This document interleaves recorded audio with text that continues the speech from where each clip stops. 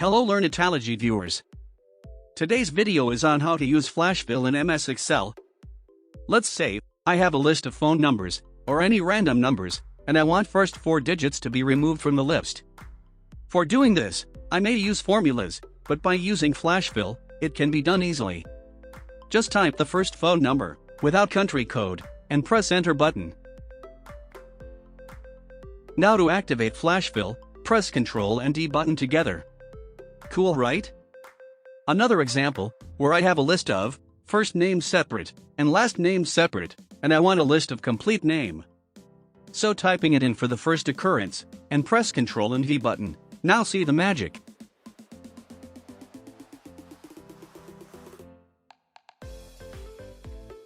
Also, if I want the email address as well, so just type the email ID, and press Ctrl and V button.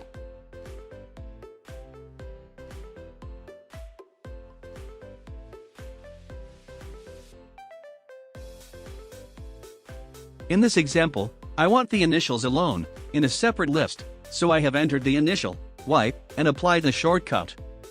Excel recognizes the wrong pattern, because it just taught, Y, is for you.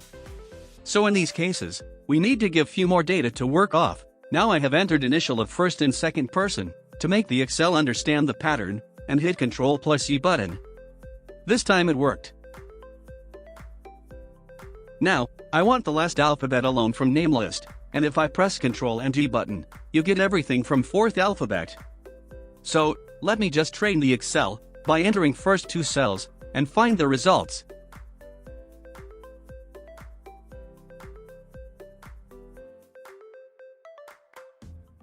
It worked again. Another example, I want to mention years separately. I'm just typing value in first cell and then Ctrl and G button. Or, I want to get the date only, so just typing in 01, and hit Ctrl E to see the magic.